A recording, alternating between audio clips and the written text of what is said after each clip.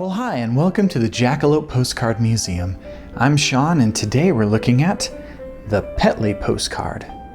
Now, Bob Petley was a famous postcard man in Arizona in the glory days of road tripping after World War II, and he was famous for creating these wacky, humorous postcards that people would get on their trips to the desert. Now, when he saw a jackalope in a store, he had an idea. He went and built his own jackalope, took it out to the desert, and created this line of postcards. As you can see right here, we've got the Petley logo. And one of the interesting things about these is that it says the jackalopes are often called the antolabbit.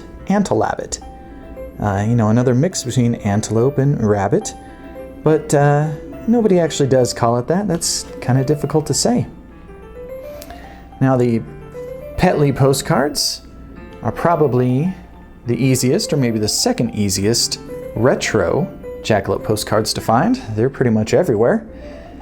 Here, this one's actually been posted in the mail.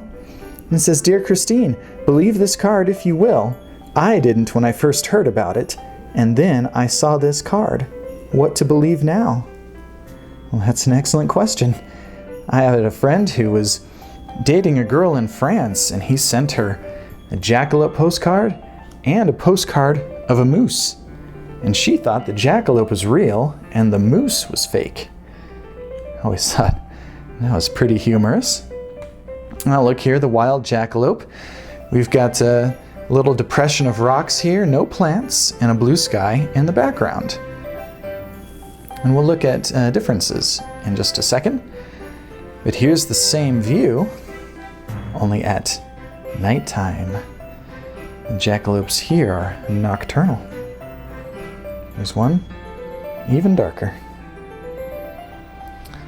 Now here we have the only vertical Petley jackalope in my collection.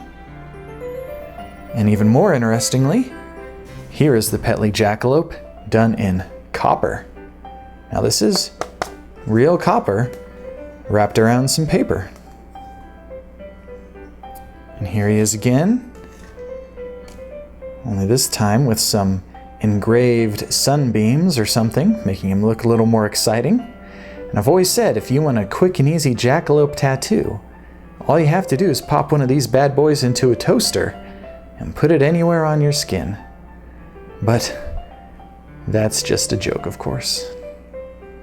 Now, what Petley did was he did different angles of this jackalope postcard. Now, instead of no plants and nothing in the background, we do have those things. And some of these postcards have only slight changes, maybe the font of the word jackalope, or maybe just being scalloped on the edges.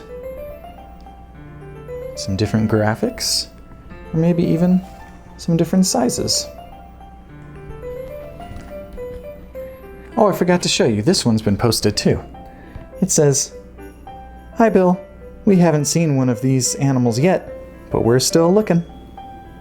That'll be a pretty long search. Now, here we can see Petley moved his camera again to get a different angle. We have no mountain in the background here, and this little grassy bush thing behind the jackalope here is now over here. And this little twig thing is now over here. So every time we move the camera, you had a different jackalope postcard. Here's a view that's a little more different. Still the same jackalope on a rocky ridge, but now we've got this cactus in the foreground and that bush in the background. Here's the same thing, with a white border instead of a scalloped edge. And then we have one that's even more different. This jackalope even looks like a different guy, but it's just because he's got a little more shadow on his face. It's the same one, but we have a different kind of flowering cactus in the front and some more cactus and bushes in the back. Which brings us to one of the most precious postcards in my collection. We have almost the same view as before, the flowering cactus in the front. But watch what happens when we move it.